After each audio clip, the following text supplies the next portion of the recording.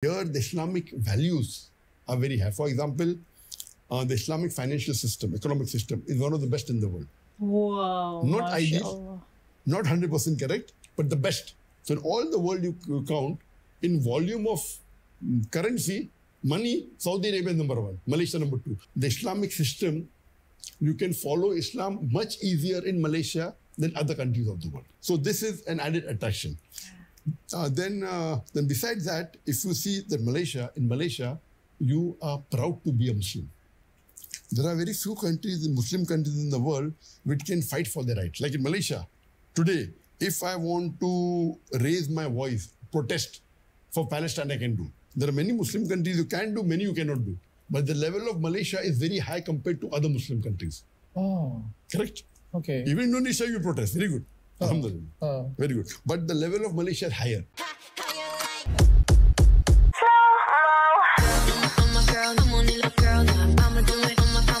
Assalamualaikum, Elsa di sini. Hai guys, hai semua, halo tetangga. Gimana kabar teman-teman semua? Semoga sehat selalu, semoga bahagia selalu, dan semoga hari teman-teman semua selalu good day. Selamat datang di channel YouTube Elsa Widianti Putri. Oke, hari ini kebetulan aku lagi di kampung halaman, lagi balik raya, dan hari ini ada video yang menarik banget yang ingin aku bahas dan yang ingin aku share kepada teman-teman semua. Sebuah podcast yang menurut aku memberikan sebuah ilmu, sebuah informasi juga, dan sebuah pandangan baru tentunya guys. Ini dari channel Dr. Richard Lee. Tapi sebelum dimulai video reactionnya, seperti biasa aku mau ajakin teman-teman semua dulu untuk subscribe channel ini dan aktifkan lonceng notifikasinya supaya tidak ketinggalan updatean terbaru dari channel ini. Dan bagi teman-teman yang mau request, bisa banget DM di Instagram aku di @elsa_widianti_putri. Tanpa berlama-lama, tanpa membuang masa, jumlah kita mulai video reactionnya. Are you ready? Let's go. Do you live in Malaysia? Yes. What did you feel for Malaysia? I feel amongst all the countries in the world today, all the countries, according to me today, Malaysia is the best country that is available. Not 100% ideal. Compared to your own country, India or Mumbai? Yes. For me as a Muslim, one of the best country that is available. It may not be 100%, but amongst all the countries, every country has certain pros and cons. Amongst all the countries, according to me, the best country to live for a Muslim today. Wow, Why? Masya Allah. There are many reasons. Ada banyak alasannya ternyata. Oke, number one. That you should understand that most of the Muslim countries, they're controlled by non-Muslim countries. Most of the Muslim countries. There are very few countries in the world which are not controlled by non-Muslim countries, unfortunately. So Malaysia is one of the countries which is not controlled by Muslim countries, number one. Or number two, of course, that in Malaysia, Islam is the federal religion. In Malaysia, approximately 63% of the population are Muslims. Correct? In other countries, the population is 80% Muslim, 90% Muslim. Yes, yet the constitution is secular. And you know the country's name. I don't want to name that. Yeah. So, all the countries in which Muslims are majority, more than 80%, they aren't Islamic countries. By constitution, they're secular countries. Many countries. Some countries are Islamic. Many countries like Bangladesh, like Indonesia, they are not by constitution Islamic country based on the Sharia. Yes, some countries are. Okay? So in Indonesia, though the population is not more than 80%, it's 62%, 63% population of the Muslims. No. In Malaysia. In Malaysia, the population of the Muslims is about 63%. Out of 100. In Indonesia, it is at 87%. I have not checked the latest. 90. Maybe 90. 95. Until 95. If I'm not mistaken. Iya, it's not 95 for sure. 95% di Indonesia. Anyway, if you want, I can Google and check. Oke, coba cek. It cannot be 95, impossible. But the largest Muslim Indonesia in this terbesar. world is Indonesia, right? I'll tell you the latest because I checked up long back. 86%. 86%. I told you 87, huh? I told you 87. No, wait. I told you because I checked up, it was 87% when I came last in Indonesia. 87% Indonesia. 2017. 87. 87. Oh, 87. So you are wrong. So I know more than you about Indonesia. Correct? I'm sorry. 87%. 87% are 87. Muslims. Okay. 87. But this is largest. So let me finish. We're talking about percentage, Okay. not talking about largest. In terms of number of Muslims in the world, theoretically or in statistics, Indonesia is number one. But practically, I feel India has more. Indian government claims that there are 14.3% Muslims, about 211 million Muslims. According to me, it may be about 270 million. So according to me, practically the country which has maximum number of Muslims in the world is India. But theoretically, it comes number 3.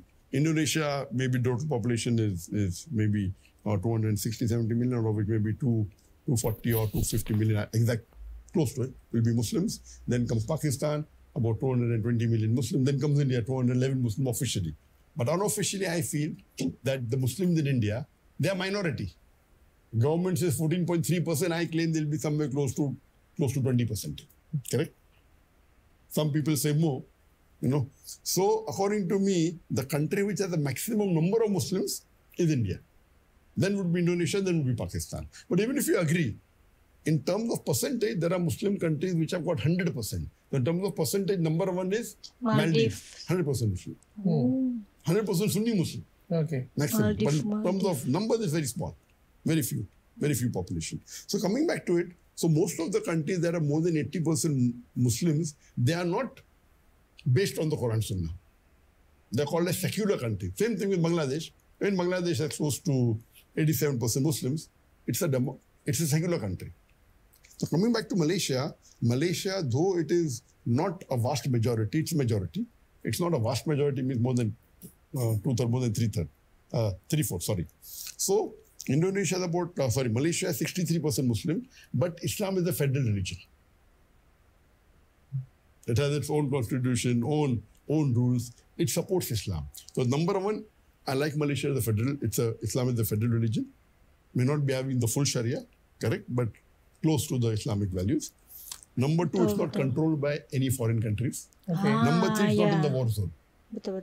And many of these benefits even come to Indonesia to a great extent. Lain. It's not in the war zone because main war zone is the Middle East, you know. There's war going on in Syria, Yemen, Palestine. So this is away from the war zone, number 3.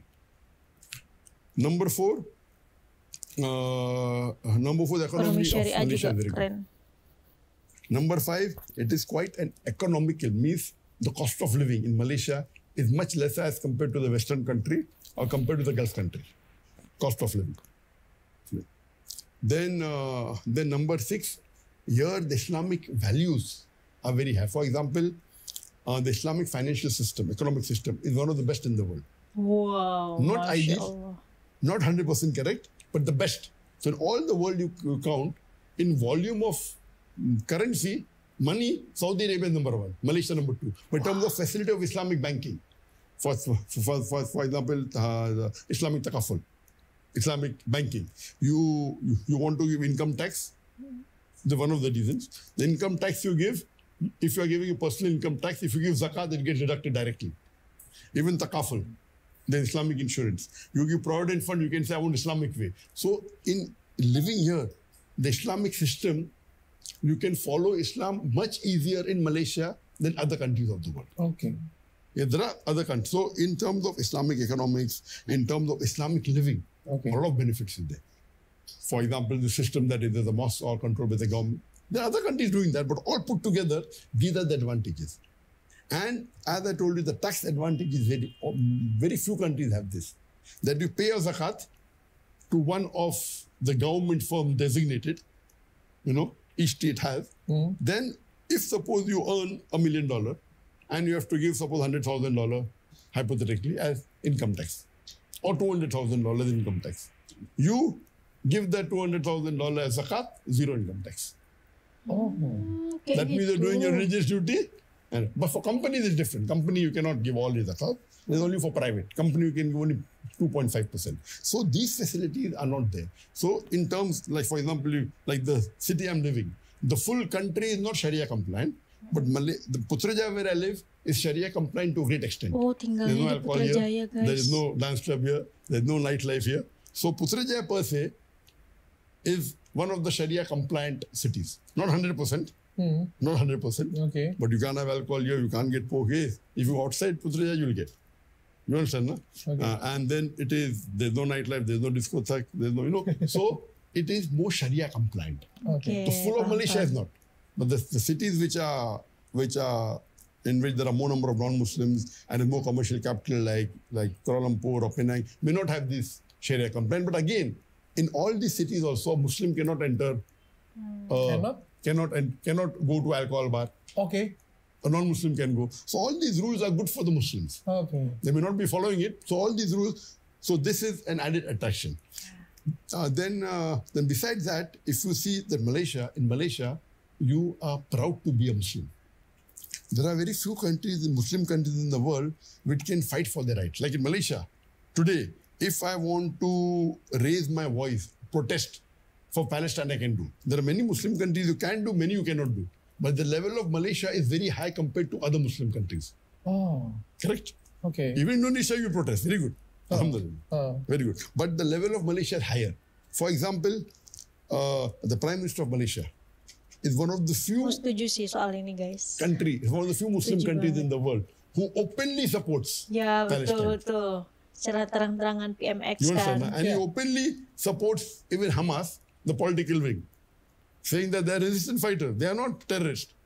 Which Muslim country does that openly? Very few may be doing, but to the level which the Prime Minister of Malaysia, Anwar Ibrahim, goes out and supports for Palestine cause. Even under pressure of the foreign countries, even under the pressure of America, it doesn't buckle. Bahkan bendera Palestina itu benar-benar banyak tersebar di negeri-negeri yang pernah aku kunjungi. Banyak banget bendera Palestina itu dikibarkan bersampingan dengan bendera Malaysia gitu. Dan PMX-nya juga sangat-sangat selalu mendukung atau menyuarakan gitu tentang hak Palestina untuk menyuarakan Free Palestine gitu. So in Malaysia, we can protest freely as a Muslim without being afraid. In many of the countries, I don't want to name, most of the Muslim countries, you cannot protest even in favor of Palestine. Do you know that? I don't want to name, I don't want to get political now. So Malaysia, you are proud to be a Muslim. In Malaysia, you are proud to, you can practice your deen. That's the reason I've traveled to so many countries in the world. More than 50 countries, to many of the Muslim negara countries. Dia pilih Malaysia. That's the reason when I did hijrah from India in 2016, I chose Malaysia as the best destination. So therefore I say that Malaysia is one of the best countries for a Muslim to settle, seeing all the pros and cons. It's not 100% perfect, but amongst the available countries in the world, the more than 200 countries that are there, this is the best one. It is the best. Okay. And I can give a lecture on that, which I don't intend now. Doctor, I want to ask you, you came from India, yes, raised from India, but some people in India and the government said, yes, I'm sorry for that, you are an extremist. How do you feel about that? First, you should define what's the meaning of an extremist. What is the extremist means? If extremist means, I tell to people, I am an extremist. Huh? I am an extremist. I'm extremely kind. I'm extremely loving, I'm extremely honest, I'm extremely charitable. Extremist is a person who follows. So a Muslim should be an extremist to be a practicing Muslim. Extremist as far as following Quran and Sunnah. Okay. You cannot say I will follow part of the Quran and not. So I'm an extremist in being extremely kind, extremely loving, extremely just, extremely honest, extremely charitable. What's wrong in being extremely charitable? Is it wrong? I give more charity, correct? Yeah. I'm extremely kind, I'm extremely loving. If Allah says pray 5 times, I have to pray 5. I don't know, I'll pray 4 times. Okay, then there are some salah in which says, if you pay more, tahajjud better, not fard. If you pay salatul duha better, so I'm an extremist. So besides the 5 times salah, I even pray tahajjud, I even pray salatul duha, I even pray sunnat muqaddah. So the first salah, 5 times is 17 rakah. 2, 4, 4, then 3, then 4. 17. Then 3 witr. You can pray 1, you can pray 1. So it becomes 20. Then there's sunnat muqaddah.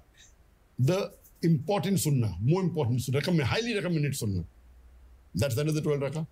Then there's recommended sunnah, sunnat ghair muqaddah. That's 10. Then the salatul duha, which is 4 rakat. Then there is a 8 rakat tahajjud. Then 3 rakat witr, put together 11. All put together 54 rakat. Every day I pray 54 minimum. I'm an extremist. Minimum 54. I may pay extra, like Tahiyatul Masjid, entering the mosque. I may do wudu and pay 2 rakat. That's extra. But minimum 54 rakat every day I offer. So I'm an extremist. But if you mean extremist, a person who harms innocent people, who is dishonest, then I'm not an extremist. You understand? No? Okay. So people have different conception. Extremist means, oh, he is what the Quran says. Quran says in Surah Nisa, chapter 4, 171, La taglu fi dinukum. Do not commit excesses. So one is extreme, one is excess. And that's how, when they started laying allegation, I had to do hijrah from Bombay. And mashallah, there were more than 15 countries that called me and said, come and live here and all. And I chose Malaysia. Therefore, I did hijrah in 2016. And mashallah, I chose to live in Malaysia. Okay. How do you think about Indonesia? How often you go to Indonesia? Indonesia, I've been a few times. I've been to Indonesia 3 times. How do you think about Muslim in Indonesia? Muslim is good, mashallah. The population is, mashallah, as I said, it's 87% Muslims. And mashallah, there is passion in Indonesia, like Malaysia. Indonesia, the Muslims have passion for the deen. Therefore, like Malaysia, of course, the gathering in Indonesia is bigger because the population of Indonesia is bigger, much bigger than Malaysia. Yeah. Malaysia is about 33 million, that's about 260 or 270. So it is 8 times more than Malaysia. More than 8 times more than Malaysia. Indonesia is more economical. It's a good country for. So therefore, I said that many, not all, not 100%, but many of the benefits that are there in Malaysia is also there in Indonesia. Many, not all. Many. Okay. What do you think about the challenge for Muslim in Indonesia? In Indonesia, see that one thing that is different in Malaysia, Indonesia, like India, we have many Muslims of different organizations and sects. In Malaysia, they're quite united. In India, they're not united, Muslims. Similarly, in Indonesia, all the Muslim organizations should be united. If they're united, as Allah says in the Quran, that hold strongly to the rope of Allah and be not divided. In Surah Imran, chapter 3, verse 103. So if all the Muslims of Indonesia are united, and then if they work together, it will be much better. Much better than, and this is common. In most of the Muslim countries, most of the Muslims are not united. Okay. Well, maybe my last question for you, Dr. Zakir. If you see Islam, I'm sorry for my stupid question. No, but if we see Islam, we see the Timur Tengah, Arab Saudi, something like that. What was the first one you said? Middle East. Middle East. Sorry, agak gugup ya. But we see, if you see the Arab Saudi, there is a casino will be built in Arab Saudi right now. But if we see the Arab Saudi, there's a bikini or something. What is your opinion about it? No, see, in Islam, every country should follow the Sharia. Therefore, I said no country in the world today is 100% Islamic. I told you that. Not even Malaysia. Not every country. There's no country in the world that I know of which is 100% Islamic. Okay. There are some countries which are coming more towards Islam. Some countries are going away from Islam. In my lecture, I tell people to come close to Islam. There's no country in the world which is following Islam 100%. Okay. Some are following in some aspect, like in economics, Malaysia is very strong. Other countries, you don't have Islamic banks also. So, seeing all the pros and cons, I would say Malaysia is the best amongst all Muslim countries. Some Muslim countries are, they call themselves Islamic, they're deviating away from the Quran and Sunnah. Some are coming. To judge which country is coming close to Quran and Sunnah, you read the Quran and the Sunnah. So whichever country is coming close to Quran and Sunnah is the country which is truly Islamic. No country is 100% Islamic. So when we read the Quran that what things are prohibited, like bribing is prohibited, pornography is prohibited, alcohol is prohibited. There are many countries which are trying to stop these things. Some countries are neutral, some countries are promoting it. So those countries that are coming closer to Quran and Sunnah, those countries which are more Islamic as compared to those who are not promoted. Ini durasinya 1 jam lebih, teman-teman bisa langsung aja nonton video fullnya karena ini berisi daging banget, berisi pengetahuan banget bagaimana juga di sini mengetahui sistem ekonomi syariah di Indonesia dan Malaysia, dan bagaimana Islam di Malaysia dan bagaimana Islam di Indonesia menurut pandangan Dr. Zakir Naik ini, karena beliau itu juga udah 3 kali ke Indonesia melakukan ceramah, dan sekarang dia memang menetap di Malaysia, di Putrajaya tepatnya. Dari 15 negara yang menawarkan beliau untuk tinggal, beliau benar-benar memilih Malaysia karena beliau merasa Malaysia benar-benar yang terbaik dari segi keislamannya gitu. Sebenarnya banyak banget kalimat yang aku dapatkan di video podcast kali ini, kayak kalau semua orang mempraktekkan ajaran agama Islam di negaranya, itu dunia itu akan damai gitu. Orang muslim bersatu di setiap negara itu pasti akan damai. Hal ini dibuktikan langsung oleh Dr. Zakir Naik. Muslim di Malaysia itu sangat-sangatlah kuat. Mereka memang benar-benar memegang nilai-nilai syariat Islam gitu. Aku nonton 1 jam full ini, tapi untuk aku tampilkan di reaction hanya beberapa menit saja. Di dalam podcast ini Dr. Zakir Naik juga bilang kalau ingin berbisnis maka jadikanlah Allah itu sebagai partner gitu, supaya kita bisa dapatkan keberkahan di dalamnya, kita bisa mendapatkan pahala juga di dalamnya gitu. Itu juga satu poin yang bagus banget yang bisa aku sharing kepada teman-teman. Insya Allah bisnisnya berjaya, insya Allah bisnisnya berkah. Seperti yang Dr. Zakir Naik bilang juga, kalau Malaysia itu adalah negara muslim terbaik untuk sekarang. Jadi ini suatu hal yang bagus banget, yang harus banget dipertahankan oleh rakyat Malaysia, oleh kerajaan Malaysia dan lain sebagainya, karena hal ini sulit dilakukan oleh negara-negara mayoritas muslim gitu. Tapi Malaysia bisa. Kalau aku boleh bilang, di Malaysia itu masih murni banget Islamnya. Maksudnya adalah kayak ini contohnya nih, contoh di Malaysia itu tidak diperbolehkan sama sekali orang yang murtad. Kalau nggak salah ya, ini mohon dikoreksi untuk teman-teman yang ada di Malaysia, kalau nggak salah, kalau ada orang murtad itu tidak diakui lagi keluarga negaraannya gitu. Di Malaysia itu tidak, benar-benar tidak diperbolehkan perkawinan yang beda agama. Setahu aku kayak gitu ya. Jadi kayak benar-benar Islam itu masih benar-benar murni, tidak tercampur dengan hal-hal yang lain-lain gitu. Jadi aku setuju dengan yang dikatakan Dr. Zakir Naik, kalau memang rakyat Malaysia itu yang muslimnya ya sangat-sangat memegang nilai-nilai syariat Islam itu. Itu yang mengakibatkan banyak banget guys, anak-anak mudanya itu bahkan bisa hafal 30 juz, ibadahnya bagus, bahkan di sekolah-sekolahnya pun rutin melakukan sholat duha, sholat berjamaah. Banyak banget lah hal-hal positif yang aku rasa betul yang dikatakan sama Dr. Zakir Naik. Di sini kita juga bisa mengetahui tentang bagaimana seorang Dr. Zakir Naik ini membagi waktu di kehidupan dia, bagaimana waktu dia untuk keluarga, untuk dakwah, untuk diri sendiri, untuk bisnis gitu. Kita punya waktu 24 jam dalam sehari gitu kan. Beliau itu menghabiskan waktu untuk istirahat atau tidur itu sekitar 3,5